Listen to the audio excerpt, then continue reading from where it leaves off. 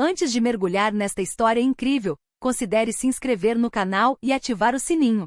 Cada história aqui tem algo a dizer, e você não vai querer perder nenhuma. O milionário chantageou um menino pobre para humilhá-lo, mas congelou quando ouviu o primeiro som. Na extensa cidade de Chicago, pontuado pelo rugido do metrô e sirenes distantes, aninhado no coração de um bairro operário com prédios cansados, vivia Elijah Carter, um garoto de 16 anos com uma maturidade precoce, esculpida pela dureza da vida. Os muros de seu bairro estavam cobertos de grafites que gritavam raiva, identidade e sobrevivência. As ruas cheiravam a concreto quente no verão, a sal e solidão no inverno. Ali, em meio ao barulho e aos sonhos abafados, Elijah avançava cada dia com uma descrição quase sagrada, como se não quisesse perturbar a dor ao redor. Órfão de pai desde os 6 anos de idade, Elijah tinha poucas lembranças dele, uma voz grave que lhe cantava canções de ninar, mãos calejadas que lhe ensinaram os acordes básicos de um velho violão acústico e aquele olhar gentil que parecia dizer: mesmo que o mundo seja difícil,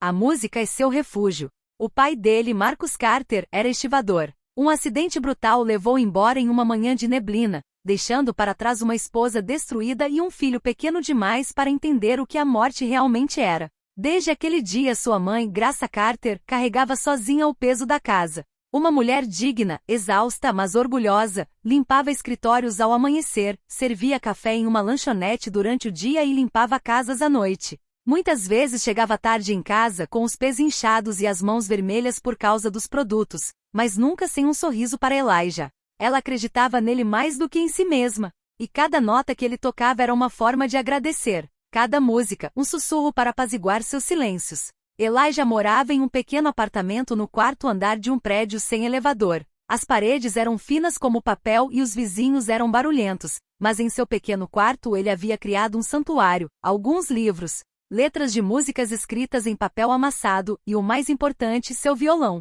Essa guitarra era a do seu avô, um músico de jazz que tocou nos clubes enfumaçados de Bronzeville. Era um instrumento marcado pelo tempo, a madeira tinha cicatrizes, as cordas rangiam levemente, mas assim que Elijah tocou nele, renasceu. Todos os dias, depois da escola, Elijah caminhava pelos corredores do metrô. Ele frequentemente escolhia a estação Roosevelt, onde convergiam os fluxos de trabalhadores, estudantes e sonhadores apressados. Ele se sentava encostado em uma coluna, abria sua caixa e começava a tocar. Ele não tocava por dinheiro, embora precisasse, mas para libertar algo. Sua voz, cálida e sincera, carregava a lembrança de seu bairro, de crianças que não viam mais seus pais voltarem para casa, de mães exaustas, de promessas perdidas. Ele cantava sobre lágrimas silenciosas, lutas invisíveis e a esperança teimosa daqueles que a cidade havia esquecido. E às vezes, mesmo no tumulto do metrô, as pessoas paravam. Às vezes, uma lágrima rolava, às vezes, uma mão colocava uma nota amassada. Às vezes, até uma criança dançava. Mas, acima de tudo, Elijah via algo mudar nos olhos de quem o ouvia. Um clarão de luz, fugaz, mas real. Ele era apenas um garoto com um violão desgastado, mas naqueles momentos, ele sentia que estava verdadeiramente vivo. Como se fosse visto. Como se fosse ouvido. E, acima de tudo, como se estivesse dando voz àqueles que nunca foram ouvidos. Uma noite, enquanto as sombras se alongavam nas calçadas congeladas de Chicago, o vento cortante de novembro varria a cidade, soprando entre os arranha-céus como um lembrete cortante da aproximação do inverno. Os postes de luz cansados lançavam uma luz pálida sobre as calçadas cinzentas. Nesse frio quase hostil, Elijah Carter havia se instalado em seu lugar de costume, do lado de fora da estação Jackson, não muito longe do distrito comercial. Tudo ao seu redor brilhava. Torres de vidro refletiam lojas de luxo, carros pretos com vidros escuros passavam e homens de terno e gravata saíam de escritórios, com os ouvidos grudados aos celulares, discutindo números e contratos. Nesse mundo de luxo e concreto, Elijah se destacava. Seus dedos, avermelhados pelo frio, agarravam o violão como uma tábua de salvação. Sentou-se em um velho banquinho dobrável, colocou o estojo aberto à sua frente e afinou rapidamente o instrumento, apesar das cordas cansadas. Ele escolhera aquele lugar não pelos cômodos espaçosos, mas porque os contrastes ali eram os mais violentos. Queria que os poderosos ouvissem a voz do invisível, mesmo que não tivessem consciência disso. Naquela noite, entre as silhuetas apressadas, um homem diminuiu o passo. Robert Sinclair, 54, usava um longo casaco preto de cachemir, um relógio suíço no pulso e sapatos tão brilhantes quanto seus prédios. CEO de um império financeiro, Robert personificava tudo que a elite admirava e os bairros pobres temiam: poder frio, ambição voraz, desprezo declarado. Ele tinha acabado de sair de um coquetel de negócios onde assinará um contrato multimilionário para um negócio imobiliário que, ironicamente, destruiria um antigo bairro operário para construir um novo complexo de luxo. O tipo de decisão que não lhe custava nem sono nem consciência. Quando seus olhos encontraram a figura frágil de Elijah concentrada em seu violão, um pensamento cínico cruzou sua mente. Esse garoto representa tudo o que odeio em pessoas fracas: a ilusão de que a arte ou a paixão podem competir com o dinheiro. Ele parou na frente dele, com as mãos nos bolsos e um sorriso irônico nos lábios. Observou o garoto em silêncio por alguns segundos e então se aproximou lentamente. Você realmente acha que sua musiquinha vale alguma coisa neste mundo? Ele disse, sua voz afiada como uma lâmina. Elijah ergueu os olhos, surpreso com a interrupção. Diante dele estava um homem ricamente vestido, com um olhar penetrante e desprovido de qualquer ternura. Posso comprar sua guitarra por $50. É mais do que ela vale, não é? Continuou Robert, com um sorriso fixo, quase cruel. Ou melhor ainda, se recusar, posso filmar você tocando e mostrar aos meus colegas como um exemplo de um sonhador perdido. Sabe, uma pequena diversão grotesca entre duas taças de champanhe. Um silêncio tenso caiu. Ao redor deles, alguns transeuntes pararam, intrigados. Elijah, inicialmente surpreso, sentiu uma onda de raiva subir a garganta, mas respirou fundo e conteve-a. Sabia que responder com ódio só alimentaria a humilhação que aquele homem queria provocar. Ele gentilmente colocou a mão de volta no violão, olhou para Robert e respondeu com uma voz calma, mas segura. E meu violão não está à venda. Ele não é feito apenas de madeira e cordas. Ele contém a voz do meu pai, as lágrimas da minha mãe e todas as manhãs em que tive que escolher a música em vez do medo. É a minha história, minha única esperança. E não é algo que se possa comprar, senhor. Seu olhar não vacilou. Ele não implorou. Ele afirmou. Robert, ainda divertido com a resposta de Elijah, deu de ombros teatralmente, como se estivesse assistindo a um ato de circo. Bem, isso está ficando divertido. Ele murmurou em voz alta para si mesmo, ativando a câmera do seu telefone de alta tecnologia. Ele ergueu a tela com destaque, emoldurando o rosto de Elijah atrás da lente. Cante para mim, garoto. Mostre a eles o que você sabe fazer. Ou prefere que eu diga que você está implorando? Ao redor deles, o frio parecia se intensificar. O vento assobiava entre as colunas de concreto e vidro, trazendo ecos de buzinas e vozes apressadas. Mas, no tumulto urbano, um silêncio sinistro se instalou. Elijah não respondeu. Simplesmente fechou os olhos por um segundo. Uma respiração. Apenas uma. Então, lentamente colocou os dedos nas cordas gastas do violão, acariciando a madeira desgastada com a reverência de um fiel tocando um altar sagrado.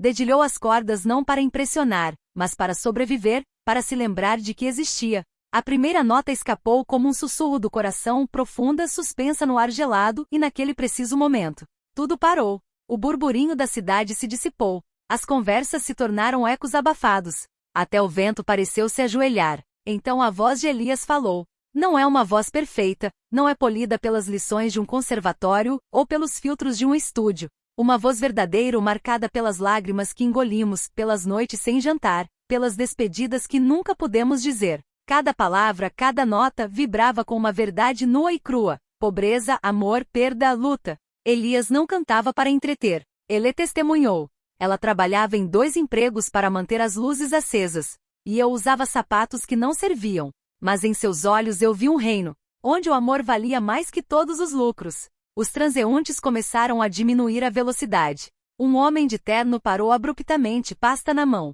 Uma mulher de salto alto com o telefone pressionado contra o ouvido, abaixou lentamente o braço, com a boca ligeiramente aberta. Um adolescente de moletom se aproximou, sem os fones de ouvido para poder ouvir Elijah com os próprios ouvidos. Logo, cerca de 30 pessoas formaram um semicírculo. Algumas se entreolharam sem ousar falar. Outras deixaram as lágrimas rolarem silenciosamente. Não sabiam por quê, mas havia algo naquela voz. Preocupava a todos. E o Robert? Ele ainda segurava o celular, mas sua mão tremia levemente. A imagem na tela estava borrada. Ele queria registrar uma brincadeira, um momento viral, para compartilhar entre 2 copos de uísque. Mas o que ele estava filmando era puro demais. Forte demais. Perturbador demais. Ele sentiu algo se quebrar dentro de si. Um pedaço do muro que erguera entre si e o mundo real. Aquele garoto que ele pensava estar enganando acabará de refletir para ele, como o espelho rudimentar, o vazio de sua existência dourada. Elijah cantava sua verdade, mas parecia ser dirigida a Dele. Tem seu vazio. Ele abaixou o telefone lentamente sem nem perceber. Um nó se formou em sua garganta, estranho, indesejado. Vergonha? Emoção? Arrependimento? Ele não sabia. Mas não suportava mais aquele olhar, nem aquela voz. Ele sentiu-o pequeno. Ao seu redor, ninguém falava. Todos ouviam. E Elias, com os olhos semicerrados, não olhava para ninguém. Estava em outro lugar, em comunhão com seu pai desaparecido, sua mãe em dificuldades, seu bairro esquecido. Ele cantou para os ausentes, para os invisíveis, para aqueles que nunca são filmados. Quando a última nota morreu, ressoou como uma batida suspensa no silêncio. Uma respiração coletiva parecia ter parado. O próprio vento silenciara. Ao redor de Elias, a multidão permaneceu imóvel, como se todos temessem que uma palavra, um gesto, quebrasse a frágil magia daquele momento suspenso. Então, como um murmúrio que se tornará uma maré, uma ovação espontânea irromperam. Aplausos sinceros e profundos, às vezes misturados com lágrimas, ergueram-se no frio da noite. Elijah, com as bochechas coradas pelo vento e pela emoção, abaixou delicadamente o violão, os olhos brilhantes, mas calmos. Não fez nenhum gesto dramático. Não agradeceu com palavras. Simplesmente disse, sorria humildemente, colocar a mão no coração e se curvar, cabeça baixa, como alguém se curva diante de uma verdade compartilhada. Naquele preciso momento, ele não era mais um pobre adolescente brincando no metrô. Ele era o megafone e testemunha e artista. Na multidão, um homem parou de aplaudir. Permaneceu imóvel, com os olhos vazios e os braços ao lado do corpo. Robert Sinclair. Ele tinha tudo. Uma fortuna estimada em centenas de milhões, um império financeiro, propriedades em 3 países, uma lista de endereços invejável. E no entanto, naquele momento ele sentiu pobre. Não dinheiro, mas significado. Esse garoto tinha acabado de, com alguns acordes e letras simples, demolir o muro da sua arrogância. Uma canção foi suficiente para despertar nele um desconforto enterrado, um antigo mal-estar que ele aprendeu a silenciar sob números e poder. Ele se virou e foi embora silenciosamente, com as mãos enfiadas nos bolsos, o telefone ainda na mão e a tela preta. Poucos minutos depois, enquanto a multidão se dispersava lentamente, um homem se aproximou de Elijah. Usava um cachecol de lã, um caderno de couro debaixo do braço e um olhar penetrante.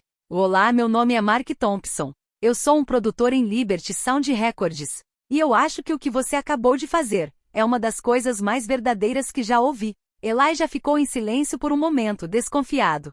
As pessoas já haviam prometido muito antes, só para desaparecer. Mark, percebendo a hesitação, tirou um cartão de visita. Não quero roubar nada de você. Só quero ajudar você a fazer com que isso seja ouvido. Não formatá-lo. Não vendê-lo. Para compartilhar sua história, sua voz, elas merecem ser ouvidas. Pelo mundo inteiro. E assim começou uma ponta de virada. Em poucas semanas, Elijah gravou seu primeiro álbum de estúdio, com músicos que, como ele, vieram das ruas, dos lares, das margens. O título: Luz Crua, Luz Bruta. A mídia divulgou sua história, um jovem prodígio das ruas de Chicago, legendas pedra rolando. Uma voz para os esquecidos, escreveu o New York Times. Filho, primeiro single Casa Sem Paredes tornou-se um hino para os jovens dos bairros esquecidos do país. Professores a usavam em sala de aula. Mães solteiras a ouviam em seus carros, em silêncio. E o Robert? Ele acompanhava tudo, das sombras. Cada programa de rádio, cada entrevista, cada videoclipe. Este menino que ele queria humilhar estava se tornando um símbolo nacional de resiliência. Certa noite, sem conseguir se olhar no espelho, Robert escreveu uma carta. Não uma mensagem fria ditada por um assistente. Uma carta escrita à mão. 3 páginas trêmulas. Elias. Naquela noite eu me achava superior por ser rico. Na verdade, eu era pobre de espírito. Sua música me colocou cara a cara com um homem de quem eu estava fugindo há anos. Eu mesmo. Gostaria de te conhecer. Não para consertar nada. Para aprender. E se me permitem, gostaria de colocar meus recursos a serviço daqueles que ignorei por tanto tempo. Poucos dias depois, Elias concordou com o encontro. Não por ingenuidade, mas por escolha do perdão. Juntos eles criaram o Fundo Carter, uma fundação para financiar instrumentos, estúdios comunitários e bolsas de estudo para jovens músicos de origens desfavorecidas. Robert nunca se inscreveu nela. Preferiu ficar nas sombras por uma vez. O próprio Elijah tornou-se muito mais do que um cantor. Ele tornou-se um farol, uma voz que atravessou barreiras sociais e raciais. Um lembrete de que a dignidade humana não depende das roupas que vestimos ou do bairro onde nascemos. Que às vezes apenas uma música pode para consertar o que o dinheiro nunca poderá comprar de volta.